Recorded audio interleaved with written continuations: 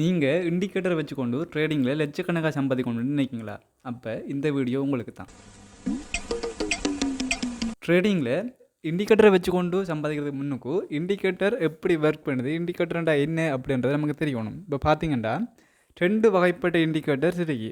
ஒன்று என்ன செய்யும்னு சொல்லிச்சுனால், இதுக்கு முதல் மார்க்கெட்டில் நடந்த விஷயங்களை வச்சுக்கொண்டு அந்த ஹிஸ்ட்ரியை வச்சுக்கொண்டு அடுத்து என்ன நடக்க போகுதுன்னு சொல்லி எதிர்ப்பு கூறும். அதே மாதிரி சில இண்டிகேட்டர்ஸ் இருக்குது அப்படின்னு சொன்னால் அது நடந்து முடிஞ்சதை காட்டும்.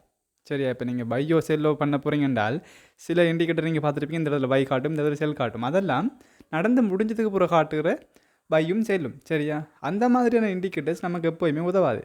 சரியா? அதே நேரம் அடுத்து என்ன நடக்க போகுதுன்ற காட்டுறதுக்கு 2 இண்டிகேட்டர் இருக்குது. அதில் மெயினானது RSI. அப்போ நீங்கள் விளைய கொள்ளணும் என்னென்னு சொல்லி சொன்னால், இண்டிகேட்டரை வச்சுக்கொண்டு லட்சக்கணக்கில் ஏர்ன் பண்ணலாமா என்று சொல்லி கேட்டால் அதுக்கான பதில் இல்லை. சரியா? அப்படி இண்டிகேட்டரை வச்சுக்கொண்டு ஏர்ன் பண்ணலாம்னு சொல்லி சொன்னால் இப்போ வரைக்கும் யாரும் ட்ரேடிங்கில் லொஸ்ட் ஆக மாட்டாங்க. சிம்பிளாக ஒரு இண்டிகேட்டர் தட்டி விட்டுட்டு பார்த்துருப்பாங்க.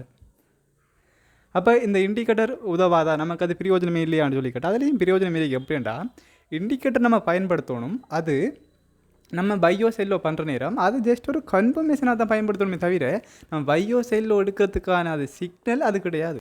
இருந்தாலும் இப்பையும் சில பேர் ப்ரொமோட் பண்ணி கொண்டு தான் இருக்காங்க. பை செல்லில் கரெக்டாக காட்டக்கூடிய மாதிரி இண்டிகேட்டர்ஸ் இருக்குது, அதை நீங்கள் பை பண்ணுங்க அந்த மாதிரின்னு சொல்லி அதெல்லாம் நம்பி போய் ஏமாந்துடாதீங்க.